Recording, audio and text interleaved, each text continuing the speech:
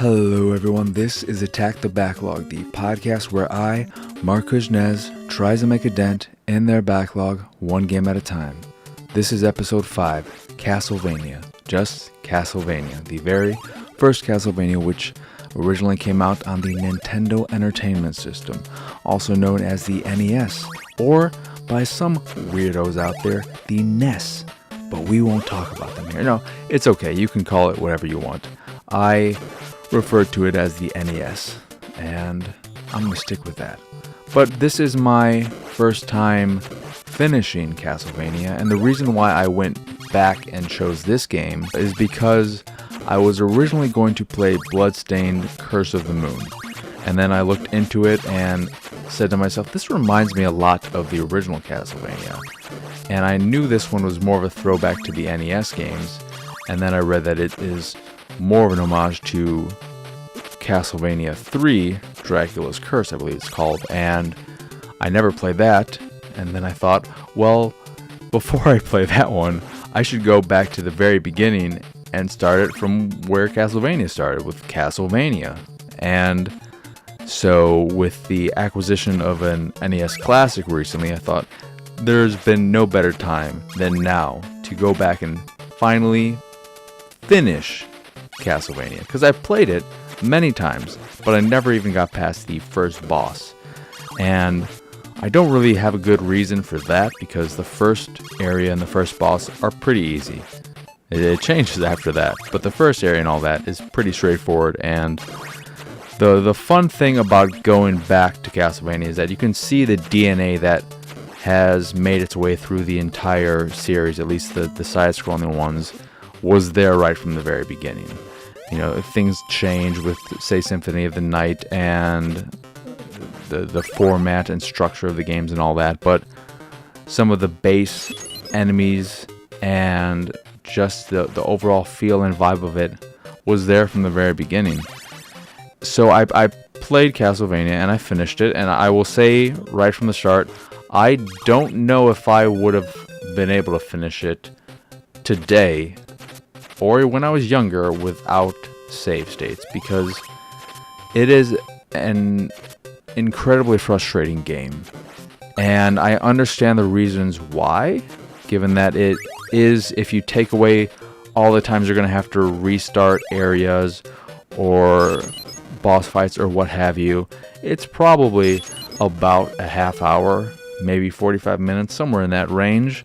So elongating that process via frustration and annoying enemies and patterns that I'm sure you can recognize, that you'll see something like, oh, it always does this. I don't, in my 3 or so hours with the game, I didn't come across any kind of noticeable pattern with the Fleamen, who in other Castlevania games are annoying. They're what they are. They are fleas, they are bugs, they are gnats, they are just these annoying little things that don't do a lot of damage, but they just can overwhelm you with numbers, and if you lose your composure, you can not die usually, but you can take a good amount of damage from that just because you let them get to you. You just lose your composure. But in Castlevania, all the enemies do the same amount of damage. So a Fleaman, which was just an annoyance, but one you didn't really have to worry about in future games, is awful. They are so terrible in this game. And later on in the game, they start putting in these griffins that are flying around dropping Fleamen all over the place, and I think the next to last level, or right before Dracula, the fight with Dracula, there is this area where the griffins are just coming in from both sides, and they're just dropping Fleamen left and right over and over again. And I think there's a limit to how many can be on screen. I think they only will drop in 3 Fleamen at a time, but it just became an absolute nightmare. And the same goes with the Medusa Heads. Medusa Heads are really annoying in, say, Symphony of the Night, but in Castlevania, they just can become a nightmare, especially when they are coming in and you're having to deal with another enemy, the axe-throwing knights, and Medusa Heads are coming. It's like, I want to take out this thing, but I have to also dodge these heads that are just coming at me like crazy. And it just became so unbelievably frustrating, the experience. And I, at a point, questioned if I was ever going to finish it for this here episode, because I was getting really annoyed with the next to last area. So the 3 stages, because every area is broken up into, I think, 3 stages, and then it culminates in a boss fight. And the one that ends with the Grim Reaper fight, I was not enjoying that experience at all. And I realized that dying and losing all your lives makes you start over from the beginning of that area, not the beginning of the stage, which made it so much worse. And I utilized save states in that area to just get to the Grim Reaper, and I had enough life left that I could, I had enough life left that I was still alive, but one hit would kill me. So I defeated the Grim Reaper without taking a hit, which was a little annoying, in part also because I had no magic ability with me at the time. So that was a fun fight. But overall, despite it being very frustrating, and I think Dracula is actually easier than Grim Reaper. Grim Reaper might be the most difficult, because the first real difficult boss fight would be the one prior to Grim Reaper, which is Frankenstein's monster and an invincible Fleamen that is just hopping around throwing, I think, fireballs or something at you. And that one is just a little bit frustrating because this stupid Fleamen is just jumping all over the place. But all you really have to do is get up on the Frankenstein's monster and just brute force him. Just keep whipping the crap out of him. And if you have a good amount of health, which is not hard to get to that point with a full health bar, it's pretty easy. You just have to make sure you get a bunch of licks in on that there monster. But the Grim Reaper fight is a bit frustrating just because he keeps creating these scythes, whether I think the max he can create is 4, and sometimes he won't immediately create them, but then he'll create them very quickly after they've all disappeared, and they're just like, their movement can be really scary. But Dracula isn't that bad because he has noticeable patterns that are easy to figure out and deal with. His first form is one where he just throws these fireballs at you that come out of his stomach or whatever. He opens his coat and he flashes you some fireballs, and you just have to hit his head until the life bar goes down. Then he comes into his new form, which is super easy as well, because I had the holy water, which you can get at the very last torch in that area. And I don't know if this is intentional or not, but you throw that at him in his giant, like, bat muscular dude form, and it freezes him for a short period of time, enough for you to get in typically 2 hits on him. So I just would hit him twice, throw that holy water, hit him twice, throw that holy water. He would eventually sort of, move a little bit, and I would have to maybe take a hit or whatnot, but it was a pretty manageable fight. The only thing that makes that one more difficult or just challenging in general is that he has these 2 forms, so you have to whittle down 2 life bars, and it just is more time consuming, so there's more room for mistakes or frustration and losing your composure in those moments. But overall, it wasn't too terrible.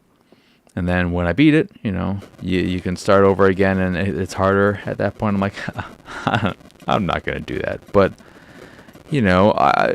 despite the frustration, I still really enjoyed the experience overall, because I see that DNA in this franchise that I grew to love with the Game Boy Advance games, and then later on with going back to Symphony of the Night. I really love Castlevania, and if nothing else, the music is outstanding. It is my favorite soundtrack in any Castlevania game, and maybe that's just nostalgia speaking, because I've heard these songs so many times in various covers and medleys and whatnot. The mini bosses do a fantastic little medley of Castlevania that I love. It's a great song to exercise to, or go run into, but it's a solid but frustrating little game that is worth going back to if you're a Castlevania game and have never touched it, just to see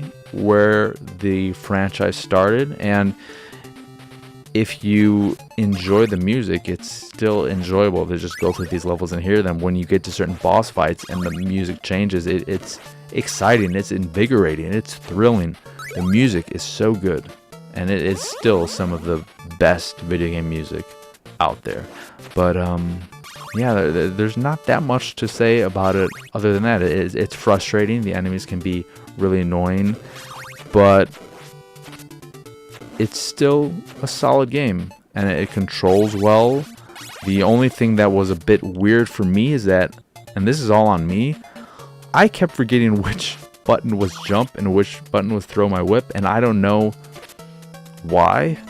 And maybe it was in part because I'm using an 8-bit Do NES Pro controller, whatever, the wireless one that has 4 buttons like an SNES controller, and maybe I kept alternating between the 3 buttons on the bottom, essentially, and it was confusing me. But I was just like, wait, which one is which? And in moments where I was getting very frustrated with the game, I would forget what button did what, and then I would die doing something stupid. But yeah, it's a solid but frustrating game, and worth going back, if for no other reason than just to hear the fantastic music that is sprinkled throughout the entire game. But that will do it for this here episode of Attack the Backlog. I hope y'all enjoyed it. As always, if you would like to check out more, you can go over to pixelatedsausage.com, where you can find this podcast and the Pixelated Sausage podcast, among others, which are available on podcast services across the globe, like Stitcher Radio, Google Play, Apple Podcasts, and Spotify. Of course, I am your host, Marc, and you can find me pretty much everywhere at PX Sausage. And if you'd like to watch the video of this here show, which I highly recommend if you're not already doing so, go over to youtube.com/pixelatedsausage and check it out there. And if you'd like to check out some of my art, you can go over to pxsart.com. And if you'd like to support the site in general, you can go over to patreon.com/pxs. And as always, thank you for watching, and have a wonderful, wonderful rest of your day.